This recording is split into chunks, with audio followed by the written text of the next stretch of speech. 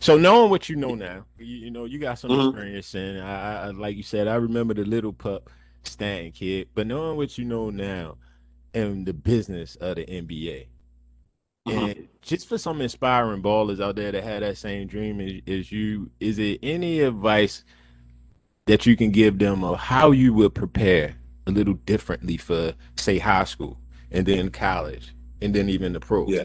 Based on what you know now, because obviously, like you said, how you training way more effectively, focused. Like, what are some of those things like that that maybe some of these youngins can grab onto and be a little bit more prepared? I say the biggest thing now, get back to playing basketball. When you're in high school, I'm not saying like, you be outside hooping, but that was our thing when we was coming up, I mean, even when you was coming up, Yeah. we hoop outside. Go to the park day. At that if that bum get weak, you go to the next park and hoop out. Um, that's the thing. I think kids get away from hooping. Everybody, I get, it's cool to want to market yourself and brand yourself. Instagram is there for it. I love it now that people can actually market themselves and brand themselves. But everybody wants a workout video and this, that, and the third. Get back to hooping. Get back to playing pickup. Get back to playing your boys one-on-one king of the court, 50-50 put out. Those things bring out your your I don't know, your passion for the game and not letting somebody score on you and not, and also showing that you can put somebody in the bucket, you know what I'm saying? And then also when you go play Hmm. pickup, it just give you that. Don't get me wrong, it's bad. Sometimes you may pick up bad habits depending on who you're playing with, but try to go play constructive basketball with other great players. Like there's no question. I remember one summer, I don't even think none of us, none of us pro yet. I think everybody was in college. Will was at Memphis. I was at I was in JUCO. CJ was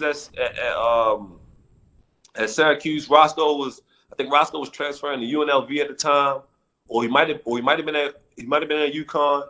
But we all went and hooped outside one day. We just linked up. It was just random. What y'all doing today? Are we hooping? All right, bet. We go linked up. We hoop. We went from Will neighborhood out Sedonia to over by Lake. I forgot the park that was over there by Lake Clifton by his high school. Then we shoot over the Greenmount 23rd and go hoop outside over there. And it was the best bump. Like people were so happy to see us bumping out there. It was just like they got a chance to see Local it. stars coming out and really bumping. Exactly. So and then we had to kill cars out there, things like that. So that's the things we love to do, to go out there and hoop. And then now, going up to high school and college. All right, cool. Now you're getting older. Your body's, you got to take care of your body a little bit more. So now you're hooping pickup gyms and things like that. So I think the biggest thing is, man, to work on your game. Work on your game. Stay true. Play as much basketball as you can because all that working out got to be developed into an actual game type setting. It can't just be working out. You got to play against people. You got to see what you can do against people. And then when you get into these practices and these games, lock in, focus, take care of your job, know your role, know what you're good at, best at, and perfect that because that's going to help you. Because at the end of the day, when you get to those high levels, like the top leagues in Europe, the top NBA, at home, I may play a little bit different. At home in the summer, I may be a dominant ball handler and make plays for my guys. But when I go play in these other teams, there's other guys that can do those things better than me. So I got to do what's best for me. That's me catching and shooting, catching against the rim, defending. You know what I'm saying? Making plays for other people off of driving kicks. Those are the things that I'm good at. So I understand my role. So that's what's gonna happen. Because when you get to the highest level, is the NBA, you gotta kind of got to tiptoe around to figure out your niche and your role. And once you find it, then be an all-star in it. You know what I'm saying? Once you be an all-star, that's how you get paid. That's how the no names become and get 4 year 30 millions and things like that. You know what I'm saying? Become a whole name because their team is winning and they're doing well. And the What about person that nutrition? Oh, go ahead. Go. Finish that. yeah, the person that told me that was Will. He was there for both of my summer league stints. Shout Helped me out a to Will lot. Bud. Yeah, man, helped me a lot through those situations. Him and Malcolm Delaney, both of them played in the NBA. Malcolm helped Shout me out out a to lot too. Malcolm. Yeah, yeah, Yup. So both of definitely. those guys kind of steered my way, but Dang, more so reason why I say Will is because we just was real tight ever since we played since we was younger, and then as we went up and came up, we got even more closer, and he just kind of just like, man, look, be yourself. I got a picture of my phone um, right before we was about to play Portland in the summer league. He came to me, he's like, look, man, This shit ain't nothing like, it's just like the Brunson. That's it. This shit just like the Brunson League. I done seen you kill that shit. You can do the same here. These niggas can't fuck with you. Go out there and be yourself, be who you are, and go play basketball, bro, and everything will work out. And ever since then, I just carried on to that. The same thing with MD. MD just like, man, be yourself, bet on yourself. Bet on yourself, be yourself, and be prepared for whatever happens, and cherish those moments, and live in the moments, and you'll be straight. So both of those guys, man, helped me out a lot. Man, that's love that again, just that community giving back. I mean, even that, like you were saying, you say those names. I mean, you came up, that was thick. That was some thick bump, y'all. Yeah. Y'all got Josh, y'all got MD, Dante Green, Will Bard, and Rudy Gay. It was thick. Man, I say in 2010 class, we had five, maybe five guys.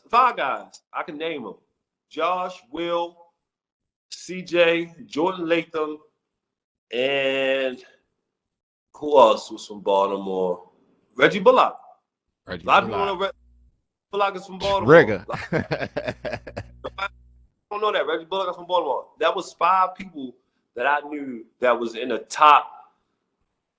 They was in the top 10 or maybe top 20 in that class, in that 2010 class. That's five of us that came from Baltimore. That's five, man. That's a lot. That's You a know what I'm saying? lot from one area, and then Baltimore is Yeah, small. Like we ain't saying exactly. DMV, these Baltimore dudes, y'all. I ain't talking, Maryland and Virginia, DC. We saying Baltimore, and Baltimore. he, yeah, Yes, Baltimore. These guys from East, West, South, whatever. You know what I'm saying? So these guys, like, it's crazy to see that, man. So and then now to rub elbows with these guys on a day-to-day basis, and to compete against, to play against these guys all the time, man, and work out with these guys during the summer is just, it's just special. It's special. It's a special unit, and I don't think sometimes we don't realize how special it is. At the end of the day, everybody get caught up in whatever they want to do whatever and they doing, how they yeah, feel. But at the end of the day, man, I think it was, when they all said and done, they were like, damn, bro, this shit was special. It was real yeah. special. One quick thing. Now, I know basketball's been a part of your life, probably all the way back when, right? How do you Yeah. see basketball tying into your purpose as a person in your life? Like, how does it fit into what you try and do in the long run? Uh, basically, use this game as much as possible as I can, to to enjoy and fulfill life, because at the end of the day, it is a job, but also you got to have fun with it.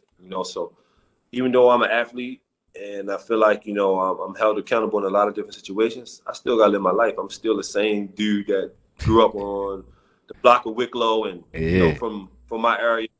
But at the end of the day, I know how to conduct and handle myself. So basketball was just a blessing, and I'm using my God-given ability to live in the moment and to seize the moment, and not so much of worried about my success or worrying about, my wealth, because at the end of the day, those things shouldn't matter when you're doing something that you love. Those true, things, true. you get caught up in those. You get caught up in that. That's when you start veering off and doing different things. So I love the game. So at the end of the day, all those things are gonna happen. It has to happen because you loving the game and you're giving your full, and you're giving your best effort every night and every day. So, you just gotta stay. You gotta find your purpose, and find that thing that's your niche, and man, and stick with it.